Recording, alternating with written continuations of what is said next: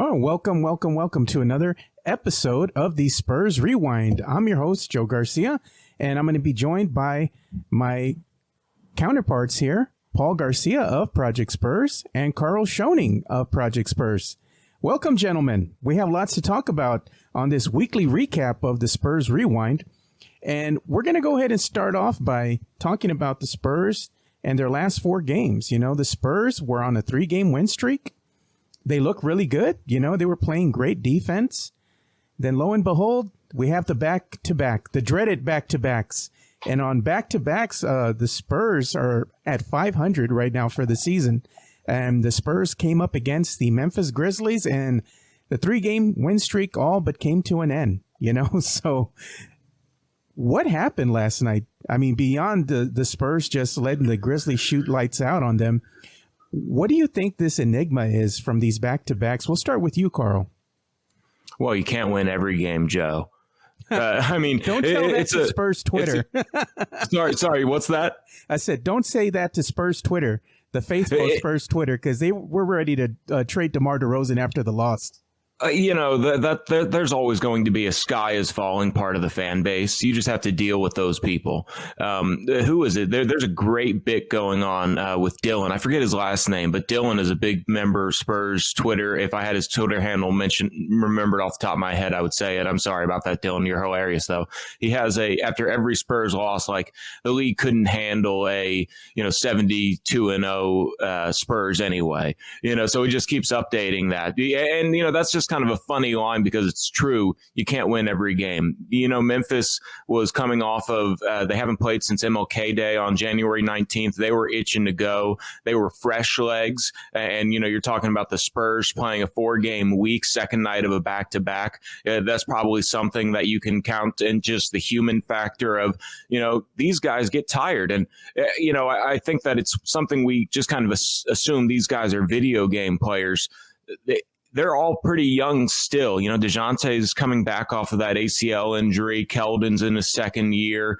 Derek White's not in the best shape because he had a toe injury. So, he had to limit how much he could play basketball. And it's a very condensed 72-game schedule. So, those second nights of back-to-backs are probably going to be more taxing than your normal second nights of back-to-backs. And they were still... What if they cut it to 110, 105 late in the fourth, and then the fresh legs of Memphis just kind of showed where they were. They got a quick timeout. They built up their anaerobic threshold again, and then they just made a run on the Spurs that they probably didn't have enough gas in the tank to battle back from one more time. So that's why, sometimes you just have to deal with that in basketball. But Tom Petrini said it right. It was there's no back-to-backs where the Spurs are going, and they're looking like a really good playoff team that, through the first full month of the season, I would say that you told me that going into the last game of January, they were 3.5 games back of first place in the West. I'd say that's a pretty good sign, and that's where they probably want to be, in that hunt for a home court advantage in the playoffs, whatever that's going to be worth this year. Yeah, no doubt. So let's go ahead and hear from you, Paul. What do you think happened last night in the Spurs game against the Grizzlies? I think there was 2 factors. Part of what Karl just said there, it was the fact that, yes, you could see it, in the data that a lot of their players, they were a little bit, you could see it just in their aggressiveness. The attack wasn't there. You can see it from players like Keldon, like DeMar DeRozan. They just didn't get into the paint and really attack the defense like they had been doing in the previous games. And so that's part of it. You know that there's some fatigue there. Also, a part of it, though, the data shows this consistently, is that Memphis is just a team that's going to give them problems in terms of their dribble penetration. Ja Morant, I mean, it's really tough to stop him, but he's really just getting in there and carving up their defense and just, getting a lot of shots in the paint, and then also, kicking out to wide open three-point shooters. And so you see this because those are the 2 of the top 4 games for the Spurs' defense of having an opponent score in the paint was against Memphis both times now. And then also in terms of generating wide open threes, Memphis has done that twice. They're the number 1 and number 2 team in terms of getting their percentage of threes that are wide open against the Spurs defense this season. So you see that part of it is, one, the scheme of how Memphis attacks you, and coming in, the Spurs, had some problems there in the paint in terms of giving up points there. So it's a combo of like what Karl said, the fatigue, but then also the fact that Memphis probably isn't a good matchup for them, at least defensively.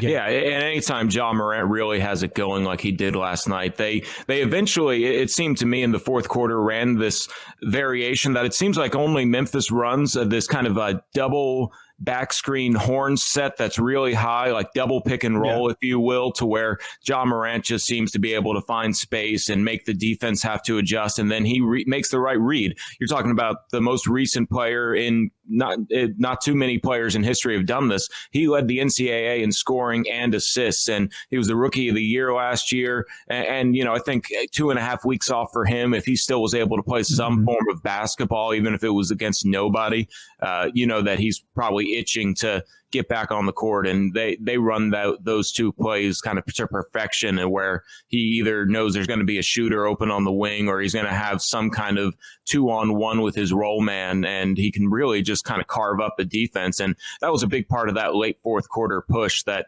pretty much put it out of reach for the Spurs. Mm-hmm. Yeah. Hey, Karl, could you do me a quick favor? Could you dial down your mic down, just maybe 5 notches, just a little bit? Is that all right? I don't really shut up, Joe. I talk a lot. No, it was just too hot on my end. I'm also deaf. I do, I just kind of talk over crowds for a living. So now that I'm in an empty apartment, I kind of forget how loud I can get. Sorry about that. It's all right, man.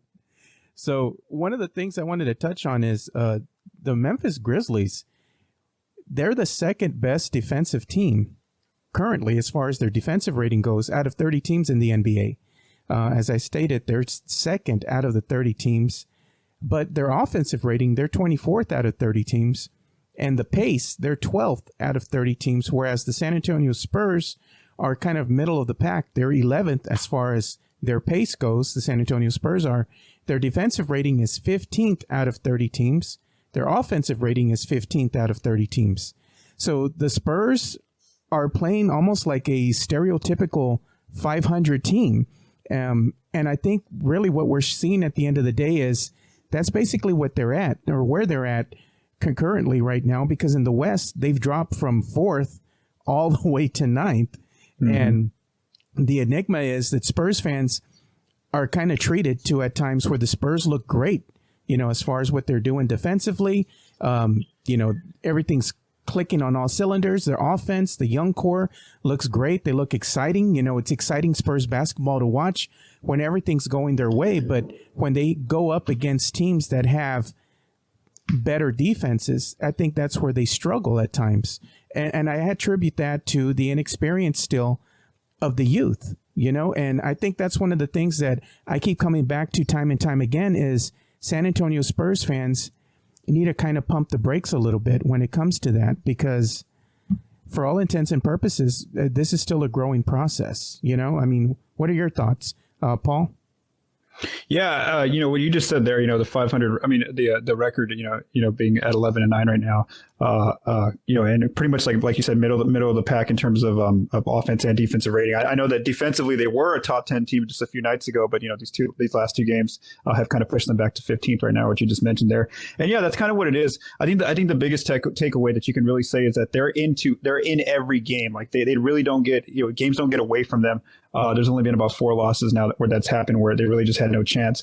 And so because of that, just like Karl mentioned earlier, they still had a chance to make it a 5-point game within 5 minutes left. And when it was 110-105, and then of course Memphis went on that little run there at the end. So the fact is, this is a team that is, closer to a 500 team right now. And they are, but at least they're in games. They're not getting blown out left and right each night. They're actually, they're staying competitive in all these games. And it's going to happen with those growing pains. I like to keep a track of a stat where what if everything went perfect for the Spurs at the last minute? Well, they could be 16-4. What if things didn't go so perfect? It went horrible for them. Well, then they could be 6-14. So it kind of evens out in that 11-9 record. And again, it's part of the youth. These players are learning on the fly, and then now they're getting a player who's going to be a little bit better in crunch time with the addition of Derek White. Yeah. Oh, sorry, Joe. Go ahead. No, go ahead.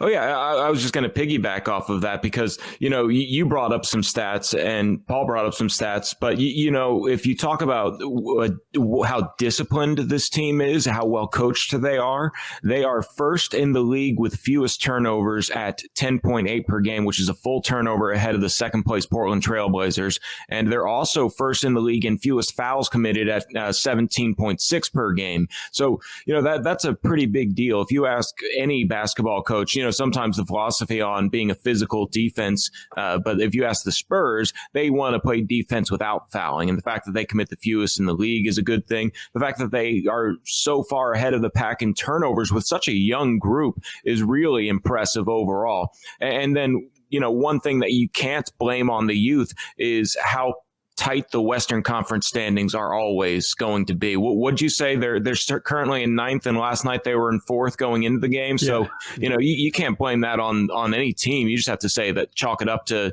the West. And, I suppose, how are we seeding these guys right now? Is it still win percentage since the records are going to be so weird?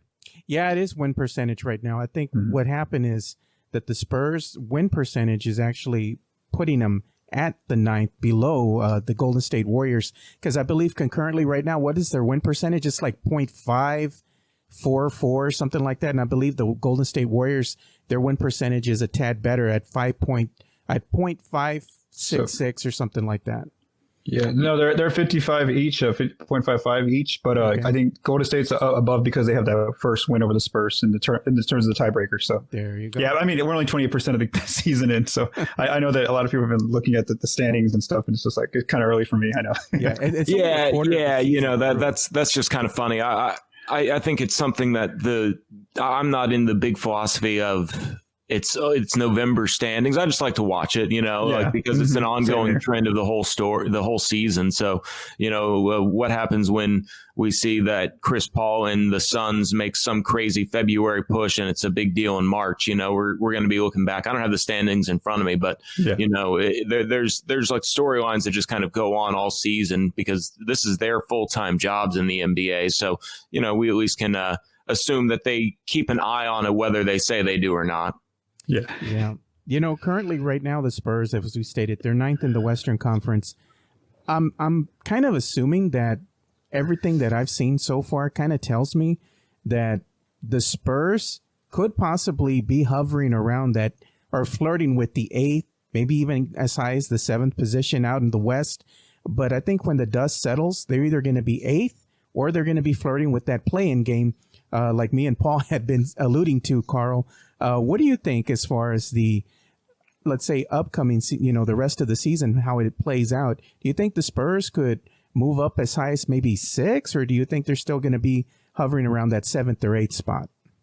Well, I mean, there's still so much season left. Like Paul said, it's only 28% of the way through the season. And I mean, this is a team that could put together a win streak that could put them in home court advantage, like I was saying. And that's not saying that, I think that they are where they want to be, because I think the Spurs are constantly growing with this young group, trying to figure out the best way to, work into things. And you have to look at what you're great at and what you're not so great at. And it's okay that you're in the middle of the pack in some of those statistics a quarter way through the season, like you were saying, Joe, because that means you're at least balanced enough to be at least average in the NBA. But, I think the main thing that I could really say that the Spurs need to figure out, it's sort of, Pop embracing the new age, but also kind of the issues that the new age brings, is that Keldon Johnson's basically the small ball 4 at the moment. And the Spurs, because I guess maybe even though Keldon's a great rebounder,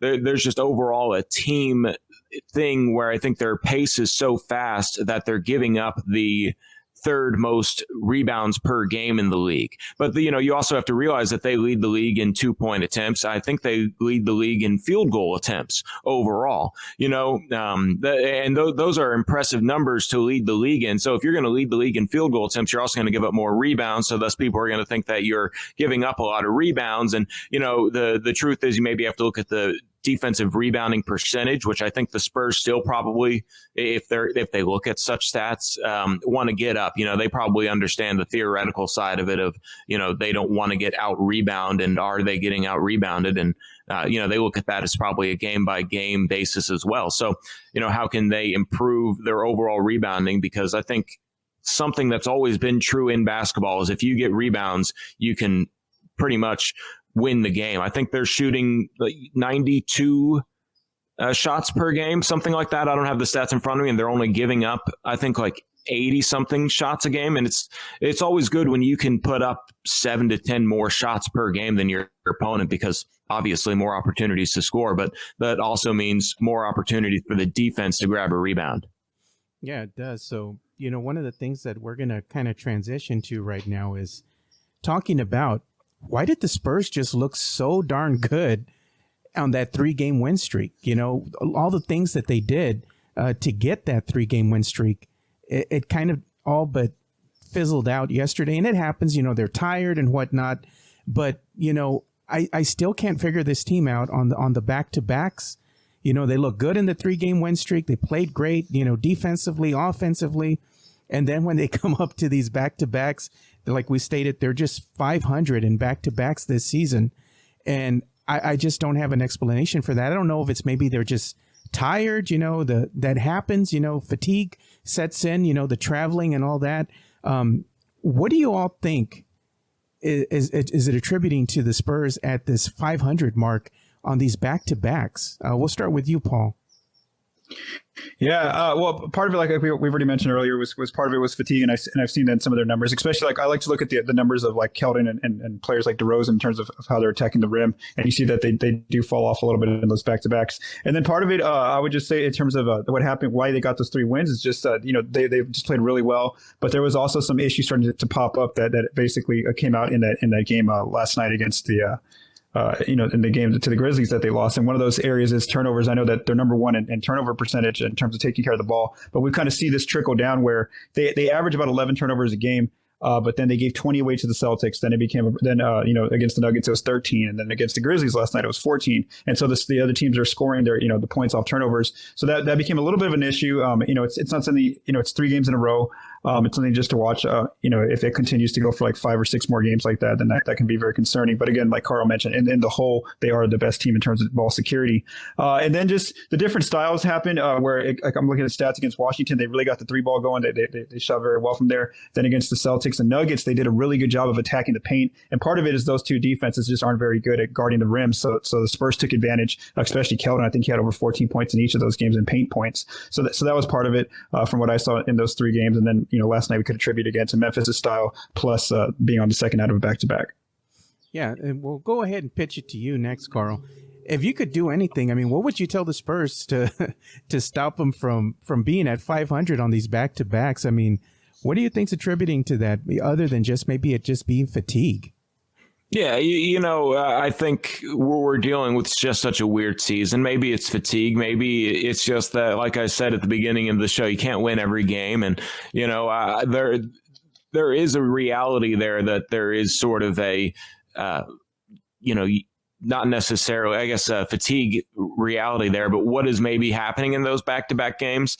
I can't really say off the top of my head what it is. Was Dallas a second night of a back-to-back? They make runs.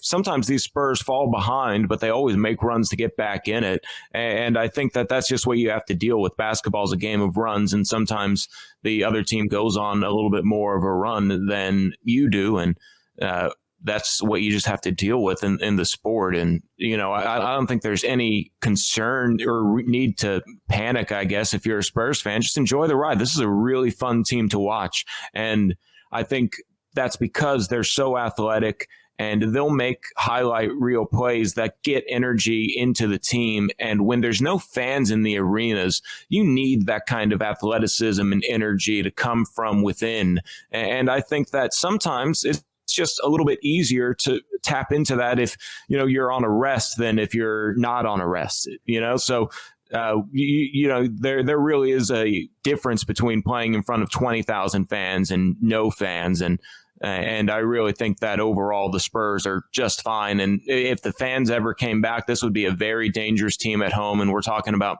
what is it? Are they under 500 at home right now? The Spurs, are they 5-6 at home?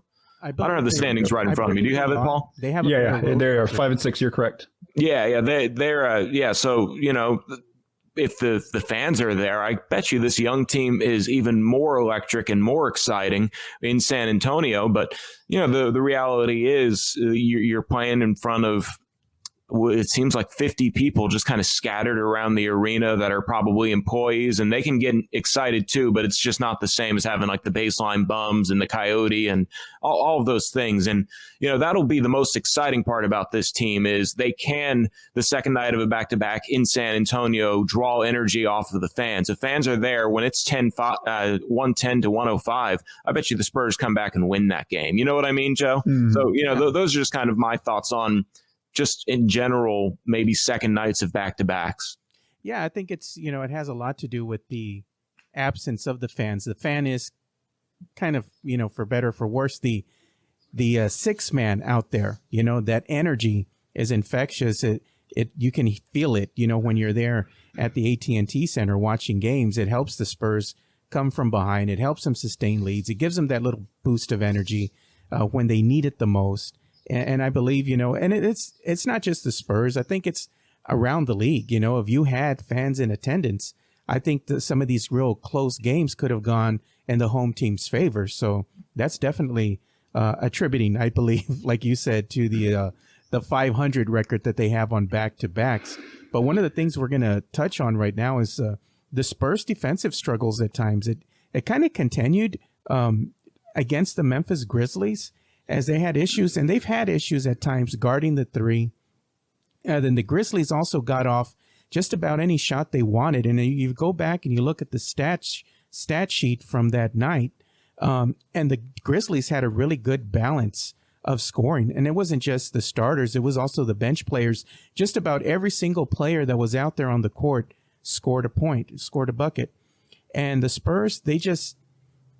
At this point, I don't know if this is a trend that we should kind of be alarmed about, where they don't play really consistent defense. They're getting better at times, but it still seems that this trend where they just allow teams to just go off and shoot at will from beyond the arc still hasn't been corrected. Do you think this is something that we should be alarmed with as Spurs fans?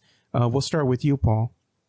So I think it's going to be a growing pain for them, but I think that there is a chance to improve. And the reason why I say that is because it was evident in one of the areas that they really struggled with early on, and they fixed it, and that was their transition defense. Early on at the beginning of the first 5 or 6 games, they were like 29th, 30th in transition defense. Well, now all of a sudden they fixed that, and now it's 6th. So that's an area of transition defense where it's a lot of effort, but also communication. So we've seen that in that area of the floor, they've shown that they can make that progress. Now the question is, how do they make that kind of progress in the half court? And that's the area where they're having a lot of trouble. Is like you mentioned, Joe, they're 26th in terms of opponent field goal percentage from three. They do a good job of not letting teams take a lot of threes. They're 7th in the league in that department. But then also when teams attack them at the rim, the Spurs are 29th in terms of allowing teams to attack the rim, the restricted area. And they're kind of guarding it very well the field goal percentage there. And so a lot of it, in my opinion, is just that, they have really good one-on-one defenders, but it's the team defense concept. And so like when teams use pick and roll, like Karl mentioned, in Memphis with John Moran was bringing 2 bigs up top. And so then, in terms of communication, they just don't communicate yet. That's going to be a growing pain for them. They are getting a better defender, both in communication and what he does in Derek White and the ability to take charges, to provide weak side help with his blocking ability. So again, that'll be an area in the half court defense to watch and see if they get into some sort of improvement. I know that there's a big debate in Spurs Twitter in terms of who should be the starting 5 or play the most minutes at the 5, because we see that Pop for situational times on defensive possessions he's going with Jakob Poeltl, whereas and aside from LaMarcus Aldridge, so that's also a debate is to figure out who should be getting the majority of the minutes at the 5 when you want to become a better defensive team. So I think that it's a combination of those factors, and I think that there will be some growing pains, but we'll see toward the end of the year how much better this team got in the half court defense, because I really feel like that's like their main issue right now. Yeah, same question goes to you, Karl. I mean, what do you think about the Spurs team just giving up tons of threes to teams, and at nights they just, aren't very consistent. They seem to kind of have defensive lapses out there, and it seems like they also play better against certain teams than others. So what do you attribute this to?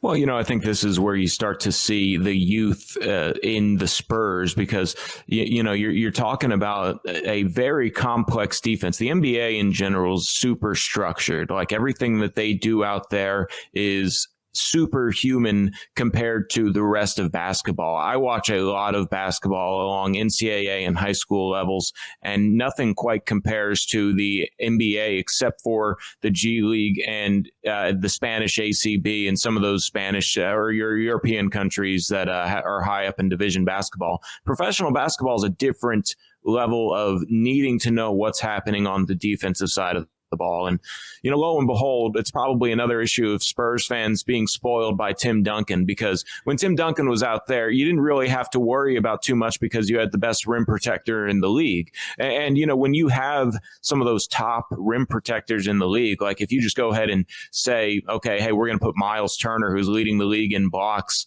on the Spurs, you all of a sudden can play a little more aggressively out on the perimeter, because that you have that big shot blocker right behind you that will just rotate over athletically and close off the passing lane to his man. And that's not something that the Spurs necessarily have. Jakob Poeltl and LaMarcus Aldridge are the two kind of leading blockers on the team, shot blockers on the team. But overall, you're going to have to kind of see that it's not a Tim Duncan anchored defense. And that's just kind of what happens is when you're also working with these young guys on the perimeter, they're such quick. You need to switch, or you need to quick show or hedge on the ball, or whatever it is. You need to know what defense you're in. Otherwise, you'll see those wide open threes or wide open cuts to the basket where it's an easy layup. And that's probably happened a little bit too many times this year for Pop's liking. I think Sean Elliott's mentioned that a couple times on the broadcast, but it's something that's easily fixable by just gaining experience, because you really talk about it. Derek White has not had an opportunity to really play with these guys this year. The bubble was really the first opportunity for all of those first-round picks since 2016 to get together on the court. And, I think that those are things that, if not this year, don't get fixed. Next year, watch out when they've had a full training camp and, time to play in the summer or whatever they end up doing this summer. But, it's definitely something that's fixable. And when they kind of get the communication on the defensive side down and know how to, make the right rotations, it's going to be a pretty scary defense, because they do have, like, Paul said, have a lot of really great individual defenders out there. Yeah, that they do, but as I'm with you, Karl, I just think it's going to be kind of growing pains. I think we have a really good young core. They're really doing a tremendous job out there. And we just got to be patient as Spurs fans. As you stated, we just got spoiled with, Tim Duncan. We got spoiled by the big three for so many years, and Timmy, Tony, and Manu. And they had a great supporting cast of players as well. But this is just a different team, different era that we're playing in now. So we got to be patient. They're growing, they're getting there. But again, Spurs fans, we just got to pump the brakes a little bit. It's so funny being on the Spurs side of things as a Spurs fan, but also as a 76ers fan, just seeing the Spurs fans just like, being upset about one missed playoffs. It's like, I sat through an 18 and then a 10-win season. Like they saw an 18-win team and said, how can we make them worse? Didn't re-sign Ish Smith. We're on their way to like the worst record of all time. And the NBA is like, yeah, y'all need to actually try to win. So imagine sitting through that as a fan. Like Spurs fans, they're spoiled. This is going to be a very quick rebuild where all of these guys are really good. They brought them up and developed them the right way. Like you called them, growing pains. Let the coaching staff, which is doing a great job this year, just do their thing and train these guys up. Because if Keldon Johnson is not better at 25 than he is right now at 21, I think everybody would be disappointed in that situation, especially Keldon. But, these guys have bright futures ahead of them, and they're only going to get better. So, enjoy watching the process and being a part of the process, because the bandwagon's going to come back eventually with this group, in my opinion. Yeah, Paul. They're going to all come out, start wearing their Fiesta gear and all that stuff again, once the team starts winning. So let's go ahead and start talking about Derek White. And we're going to go ahead and ask you this question, Paul. With Derek White's return, whose minutes will he take, and will this hurt the overall team chemistry? This has kind of been the scenario, the question that's been asked on Spurs Twitter, and it's run the gamut on social media, specifically not on Spurs Twitter, but also in Spurs Facebook groups. This is one thing that a lot of Spurs fans have been asking. What can you tell us about this, Paul? Yeah, I mean, there's going to have to be some loss of minutes, and who was it? Ben Bornstein and I covered this on the Spurscast this week, and that was the question. And right now, the most likely option is going to be Devin Vassell, and we kind of saw that last night where. First in that Lakers game where Derek first came back in early January, Devin got a DNP, his only one of the season. Then last night, he did get to play. He came in the first half and he only got 10 minutes. And then Coach Pop didn't go back to him in the second half. Instead, he went with Trey Lyles, which that one kind of threw everybody off. But it's really going to be, I think there's two players that are going to have to watch their minutes, and that's Devin Vassell and Lonnie Walker IV. There's just one because they play, in that wing position, just like Derek. And Derek's once Derek gets his legs under him and he gets his conditioning right, he's going to be getting his normal, 20 plus minutes. Each night. So I think that we might see Devin lose some minutes. So it'll be interesting to watch if Pop sticks with a 10-man rotation, which brings up 5 full subs off the bench like he did last night, or if he goes back to a 9-man rotation, which he had been using before Derek came back. So again, if he goes back to 9-man rotation, well, then Devin's probably out of the rotation. If he sticks with the 10, well, then Devin has a chance, but it still won't be his 18 minutes he was seeing before Derek got healthy. And then also Lonnie Walker IV. We'll see again if he continues to start. I know that he's shooting the 3-ball very well. He's very he kind of picks and chooses when he wants to attack the rim. That's not as consistent as you would like to see right now. But like Karl mentioned, the bubble, Derek did start. So we'll see if Pop goes back to that after a few more games here. And if so, and if maybe it works out bringing Lonnie off the bench, because Lonnie would become like, that 6-man who has a expanded role with that second group. And maybe he can be a little bit more aggressive in terms of attacking and just playing with aggression. So again, I think that Lonnie and Devin are the two players to watch in terms of losing some minutes now that Derek's white. And in terms of chemistry, there is going to be some issues, just because you're getting a player who has a high usage rating on the team with Derek. He's really good about, commanding the offense, getting to the free throw line, getting to the paint, kicking out to others. So it'll be a little bit of an adjustment of learning, now we have a fifth driver when the players are looking at each other on the team and seeing, now all of a sudden it's not just DeMar and DeJounte and Keldon and Lonnie. Now it's, you got to throw that fifth player in there with Derek. And so it'll just be a little bit of an adjustment, but I think it'll be for the benefit no matter what. Yeah. So same question to you, Karl, with Derek White's return, whose minutes is he going to take, and is it going to hurt the team's overall chemistry? I'm going to abstain from the question, mainly because, there's so many things that go on behind the scenes that, I get to watch the games. You guys get to watch the games. But these guys, they're professional athletes with bodies that, might have tweaks or, small injuries that just need to be healed. So thus the minutes change up. There's so many things that go into the thought process here. And I just don't really want to speculate on anything like that. I think that getting Derek White back is a good thing. That's obviously awesome. I think a lot of people could say that he is sort of an X factor, do it all player for the Spurs, that he makes the team better. But, in terms of who maybe misses out, there are only so many minutes that can be distributed. But, whoever it is, I can't necessarily go into those topics because I think that there's just way too much that goes into it. It's not like NBA 2K where you get to just kind of be the coach and say, okay, well, time for this group to go in. Let's see what happens if Jakob Poeltl's the point guard, So, I don't like to speculate on minutes like that. Yeah, no, but I'm just excited, though, and, in the grand scheme of things, that we are getting Derek White back. He's been one of the better defensive players for the San Antonio Spurs. And, he's just been a really good point guard, in my opinion. I know a lot of Spurs fans might have an opinion about him, but I like the style in that he plays. I like his decision-making ability.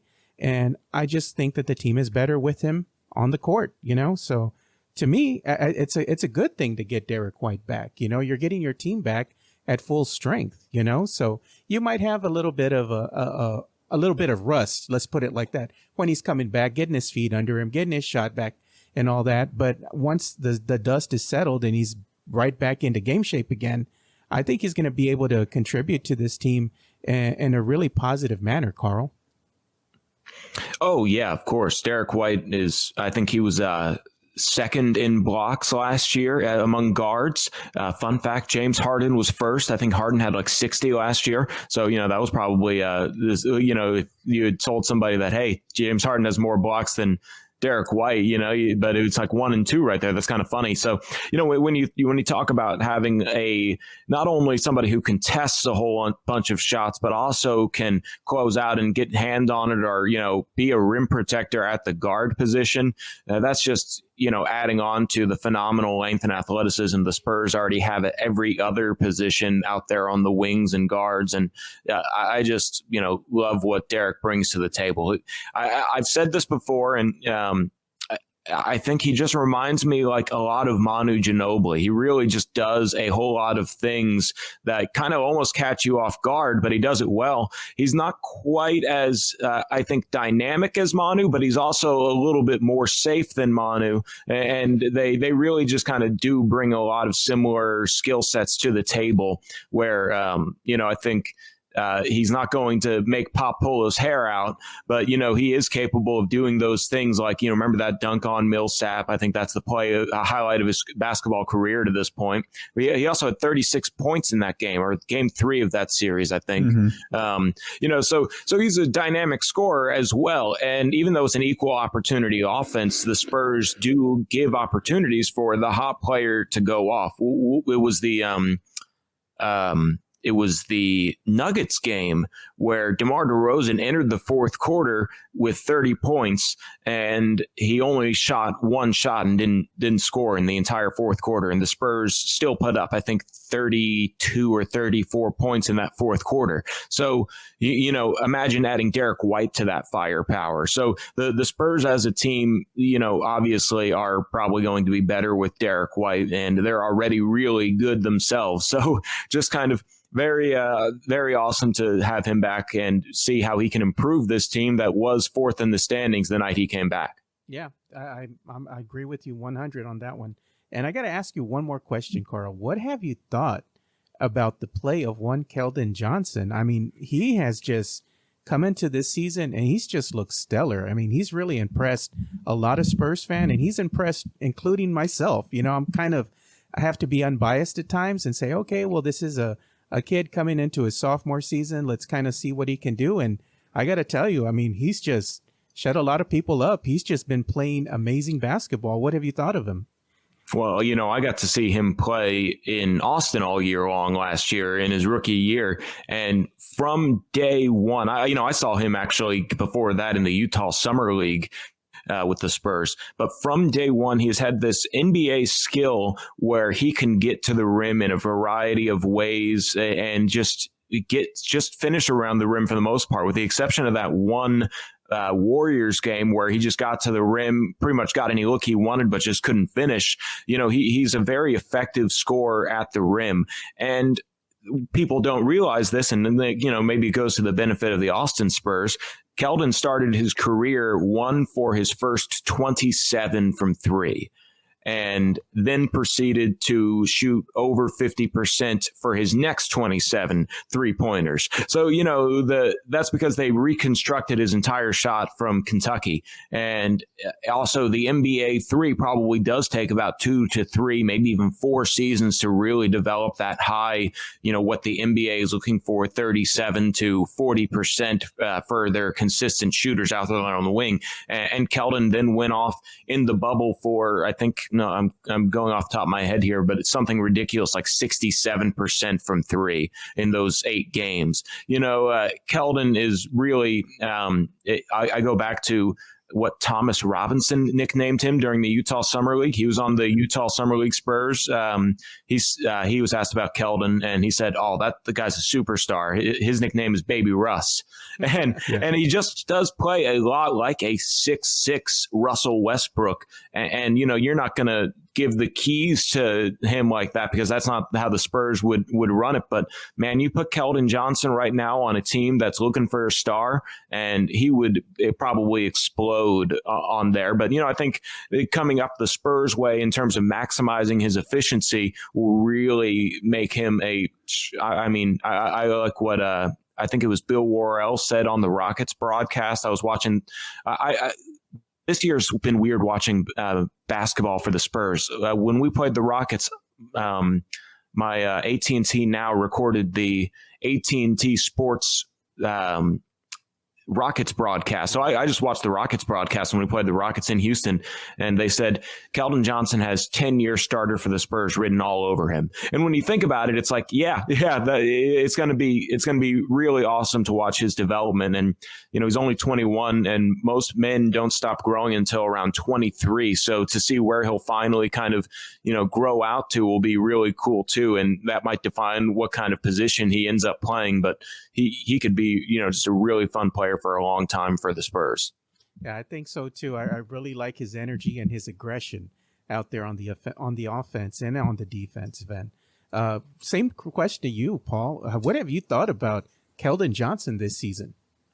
Just one of the things was what Karl just mentioned there, the way that he attacks the rim. I don't watch a lot of Austin Spurs basketball, so for me, really watching I saw him come in those late February games when Popovich started bringing him off the bench, and then of course I watched him a lot in the bubble, and just the way he attacks the defense is crazy. The fact that he'll put up 14, 16 points in the paint alone, and again that when you start going over double digits and scoring in the paint, that starts telling me that what company are you in, and then so I run the numbers a lot, and so he's already doing things that only LeBron gets in the paint at that much. Shai Gilgeous-Alexander. I'm talking about players that play at the guard position, and then the rest of the players are all bigs that do that kind of Giannis, Nikola Jokic, etc. So the fact that he's scoring like a big in terms of how he's attacking the paint, he's putting so much pressure on the defense, and Karl just just made me think about what could he do on a team where he was the number one option, and obviously we know the Spurs are going to kind of let him grow and work on that on his own, and so you see even on the Spurs though where he's not the number one option, he's actually still in the leader in terms of getting to the paint, getting to the rim, always wanting to absorb contact. We see that he's one of the players who can get to the free throw line because he just gets very physical with the defense. He's not afraid of anyone in terms of his attack. And then his 3-point shot, it's still developing, but it's pretty consistent in terms of being in the 33 to 36% right now. And that's okay, because it's not the majority of his shots. He's only taking it if he really has to, if the defense is playing off him and it's late in the shot clock. So his shot selection is really good. And then defensively, he can really switch. He's a switchable defender. He's had some really crazy matchups that Pops called upon him to guard in terms of Christian Wood one night, then he'll guard LeBron, then he'll guard different players, Jaylen Brown. So it's crazy just the versatility that he brings on both ends of the floor. And like Karl mentioned, he's only in year 2, and so he's just going to get better as his career continues to go on.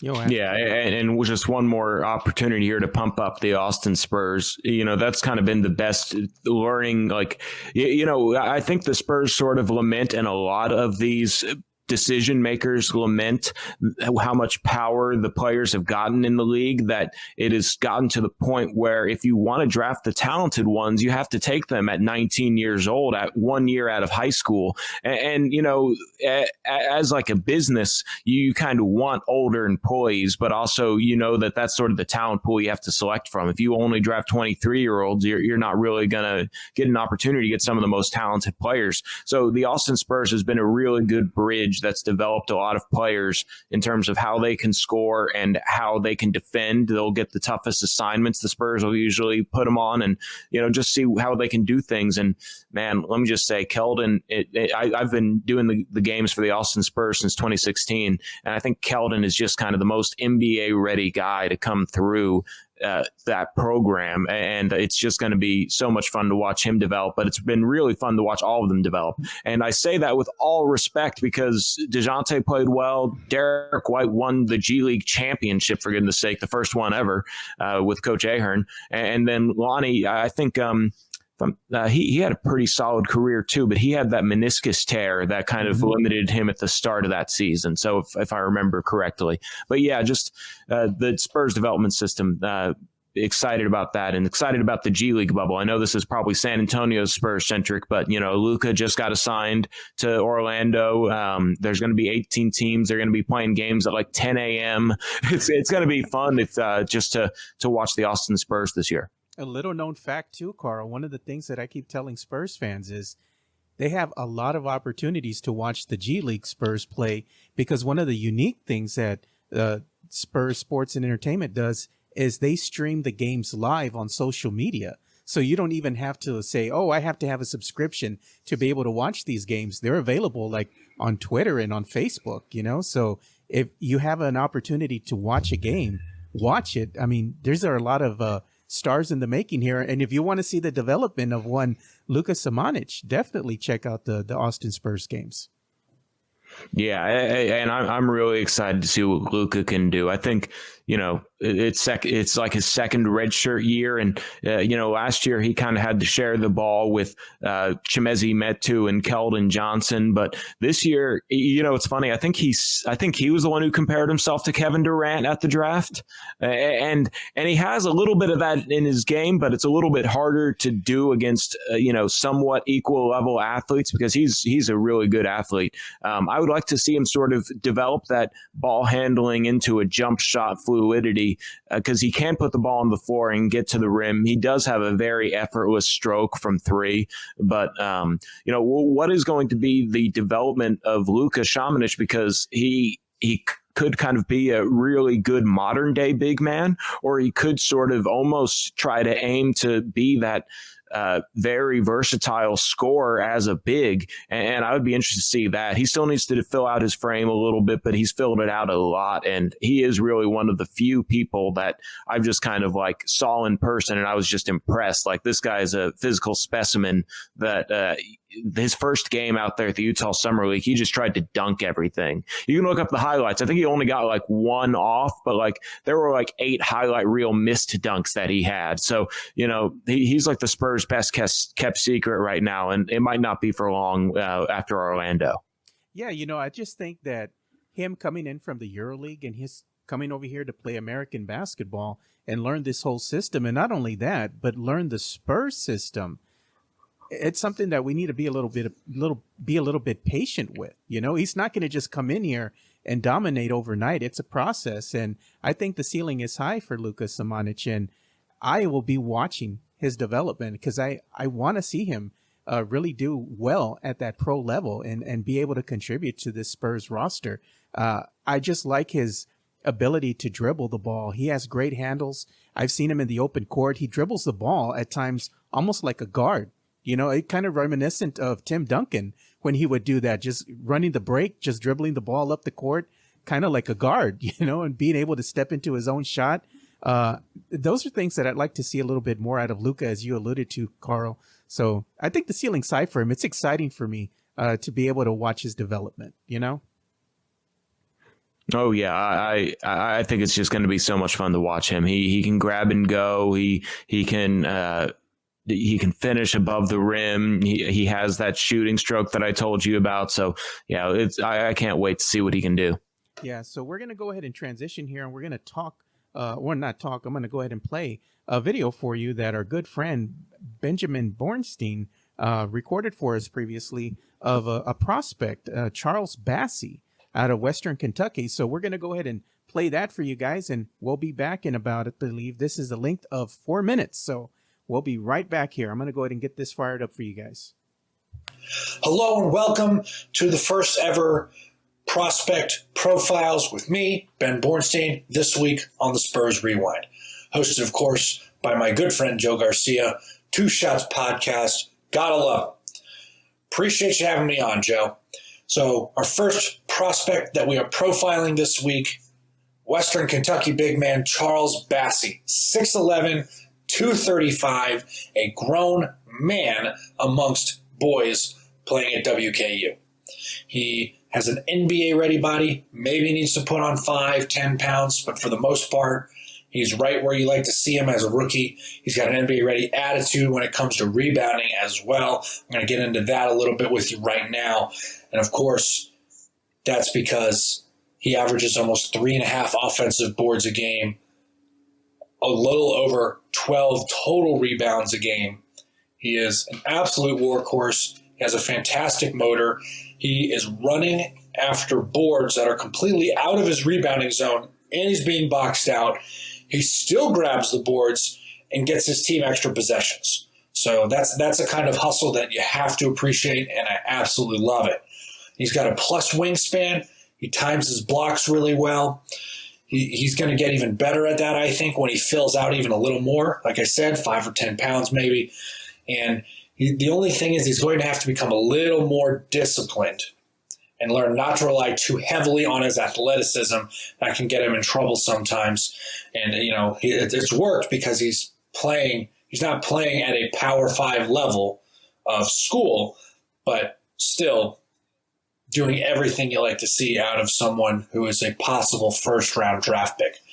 Offensively, he's likely to have a role in the pick and roll, maybe a little bit of pick and pop. That's probably down the road for him, though. He's not a great shooter, 29% from three right now, and has a few things he has to tweak in his shot to really have the mechanics down pat. We're going to get into that a little later, but he's got great hands. He loves to finish above the rim, and when he does, he likes to bring it down hard on that rim. Loves to dunk the ball. He's great off the ball. He puts himself in position to get good passes from his guards, something which he should be getting a lot of if he were to join the Spurs. He's been able to bully smaller defenders in the post. He takes slower ones off the dribble on the perimeter. So you can ask him to, go to work a little bit in the post. Probably don't ask him to do too much. His moves are very basic right now. He doesn't have a whole Kevin McHale plethora of moves, but he does enough to get buckets right at the rim. And, like I said, can handle it a little bit. He can handle it out in the open court. Not a guy who's going to initiate any sort of offense or anything like that, though. He does have some history of injuries. He missed a lot of last season. He only played 10 games. He missed a lot of last season to a tibial plateau fracture, which is just as difficult to say as it is to experience. So don't ever try saying it or experiencing that injury. Not great. But the good news is it doesn't seem to have hampered him at all this season. It looks like he's fully recovered. He's played every single game. He's started every single game, and he's playing exactly the minutes you want to see him playing. He's averaging almost 18 points a game, almost 3.5 blocks a game, shooting 74% from free throws, 59% from the floor. And again, that is despite shooting 29% from three, which tells you he's not really shooting a whole lot from there right now either. So he understands his limitations as well. Now he has some shooting mechanics to clean up, like I mentioned earlier.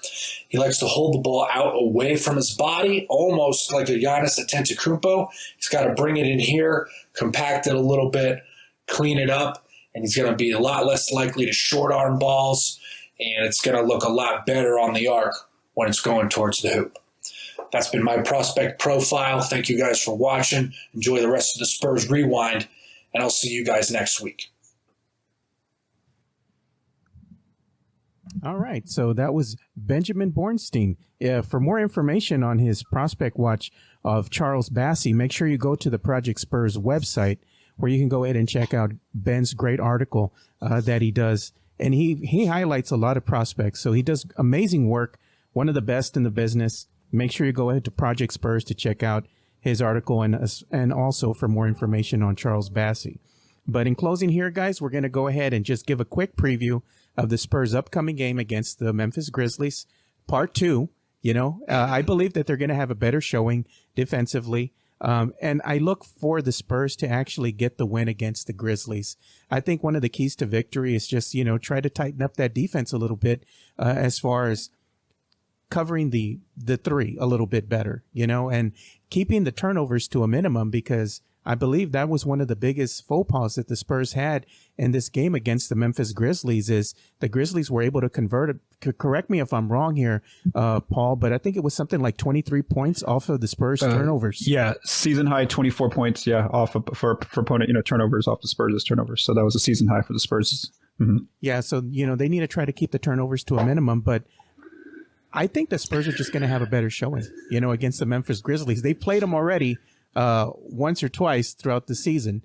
So I think they're due for one, so this is one of the teams that I think gives them trouble. I don't know if they really have an answer for Morant, but we're going to find out come Monday. What do you think as far as your keys to victory go, Paul? What do you think the Spurs need to do? I want to see how they guard the paint, if they can do that a little bit better. See what they do there in terms of rotations as Pop changed the scheme a little bit. Number two is, I know that the players mentioned this, multiple players mentioned this last night. They said that, the Grizzlies just got a lot of those little floaters to go in. So I want to see if that was just a lucky night for them, or if they continue, if that's a trend, because I was looking up the stats just right now and it turns out that Memphis is a top 10 teams in terms of attempts in their non-restricted area, which is that floater range, and also in terms of accuracy in the non-restricted area shots. So that's actually something they're pretty good at, even though I know the Spurs players mentioned that, they kind of got those shots to fall. And then I'm also wondering to see, how many of those role players from Memphis, make all those threes. A lot of those players, did make a lot of threes. DeAnthony Melton made 4, Gorgie Jang made 2, Desmond Bain off the bench made 3. So I want to see, can they do that consistently? Because I'm not sure that that's going to be, a trend for them. In a third game against the Spurs. And then, of course, we'll watch to see if the Spurs are a little bit more, have a little bit more energy. Like I mentioned, I'm really eager to see if Keldon attacks the defense a little bit more, if DeMar DeRozan tries to get going in terms of getting to the free throw line or attacking the defense in the paint, and see what happens there. And then of course, Derek White's back again, even though he already dropped 18 on Memphis in his first game back. Yeah. So what about you, Carl? What do you think the Spurs are going to do against the Memphis Grizzlies on Monday? What are your keys to victory? Hopefully have a repeat performance from 3-point shooting, because last night they did knock down 45% of their threes. Just it so happened that the Grizzlies went ahead and made 4 more and shot a higher percentage too. So, hopefully, like Paul said, it's sort of a false advertising on what the Grizzlies can do, because they're not that much of a 3-point shooting team. But sometimes you have to deal with those hot near 50% from 3 nights, because oh man, maybe you know this off the top of your head, Paul, but shooting 48% from 3 is like something like shooting 72% from 2, so when you're dealing with teams that have that high volume of threes and they're making those shots, and you're a primarily 2-point shooting team, the Spurs still put up 30 or 29 threes and made a high percentage like they want to, but it's just kind of hard to match that. So definitely keeping an eye on that perimeter game. If they can shut down the Grizzlies and do what they can do from 3, I think that'll be good. But other than that, that was kind of the main factor. They got out rebounded by 7 rebounds. And I think the physicality difference where the Spurs try not to foul and the Grizzlies do try to foul is even though they're not the same grindhouse Grizzlies that they were back with Zach Randolph, they still have sort of a physical feel to them. I think that kind of clash of style really can throw one team off either way. And, I think the Spurs can maybe try and play a little bit more of their game. And then, I think second game back with Derek White will be kind of the fun thing to see if, anything that they need to maybe have worked out between him not playing for the entire season, basically. He only played that one game where he also got injured in that. So against the Lakers. So, I just am looking forward to seeing this young team develop. And yeah, obviously it would be great if they could split this kind of home 2-game series with the Grizzlies. Yeah, not only that, but it helps them move up in the standings as well. They could easily go from 9th and they win, and they can go up to 8th or 7th. So it'd be, I guess you can't say it's a must-win game, but it will certainly help their chances moving up in the standings. So I look for the Spurs to have a better effort. And here at home, like you stated, I would love for them to be able to split against the Memphis Grizzlies. So can I say one thing real quick? Sure. So correct me if I'm wrong, but I think they're only going to play 3 games right against divisional opponents. So this will be the 3rd game. This will be the 3rd game. So I think that. Go ahead. I think that's right for at least this half, because we're scheduled through March 4th. I'm just looking at it, and are we having the rodeo? Because it looks like we have a rodeo road trip. I forgot about that. There's a rodeo road trip, and there's a rodeo. There is a rodeo. Oh my goodness! Yes, it's going through. About that. It's some restrictions because of COVID. But anyway, what I was going to say is this, Joe, in a way, if this is the final game between these 2 teams, again, I'm not sure if they're going to be releasing in the second half of the schedule another game. But if it is, that becomes a huge game in terms of what happens if these 2 teams come down to the tiebreaker. Because again, even though there is a play-in tournament, there's some jostling there in terms of who gets the home court advantage in those play-in tournament games. So I think that does become a big game here on Monday.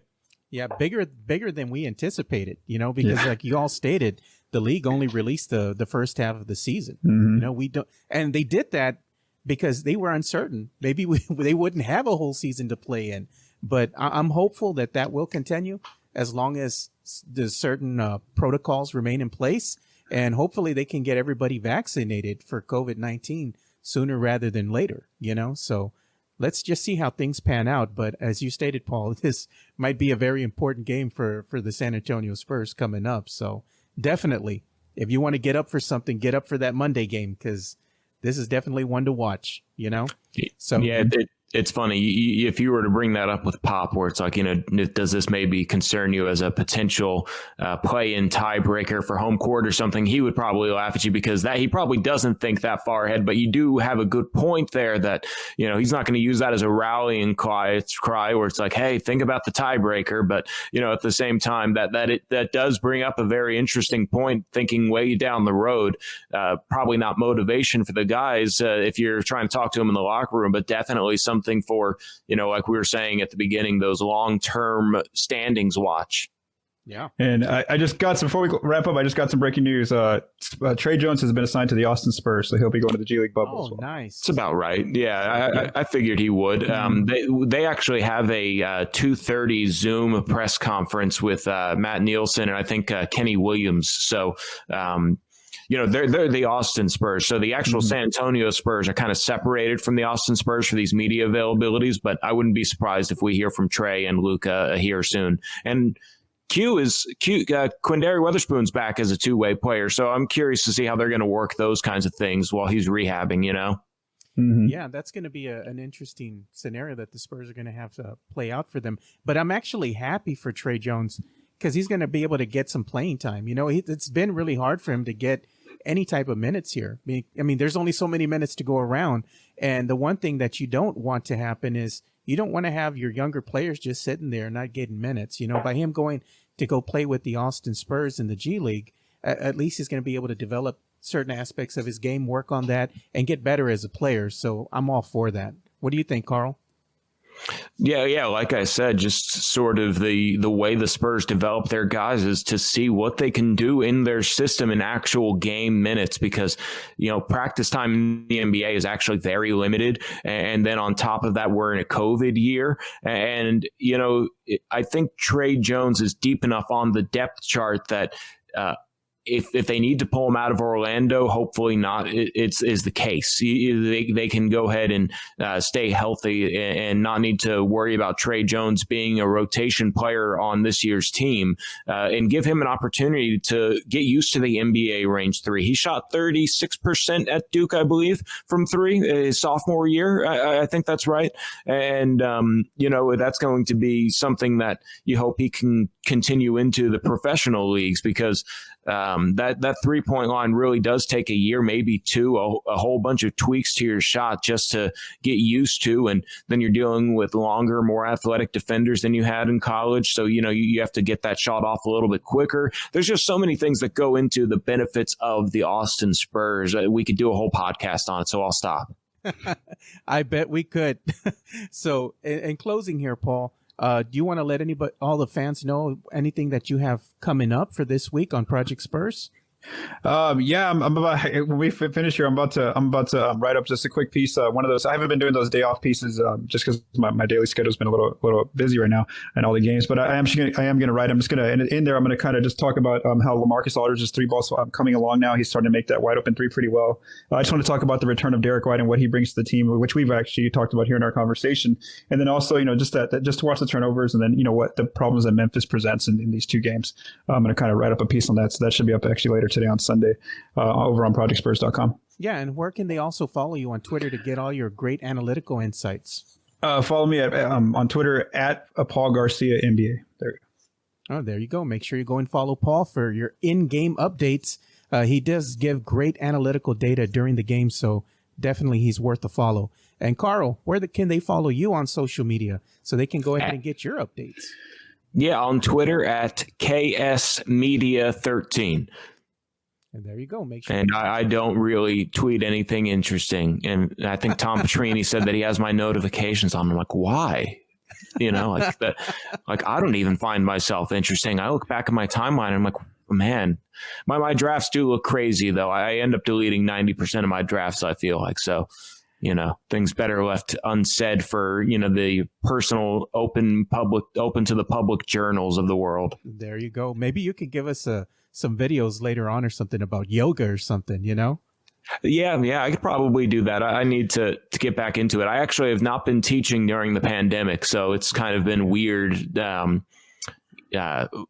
Just not, I'm not going into a studio and not talking to people and doing those kinds of things. So maybe I need to do videos. That wouldn't be a bad idea. Yeah, maybe we can all get to human pretty soon, because I miss human contact with other people. So I'm looking forward to return of normalcy. Give me that shot in the arm. Yeah. We'll see soon.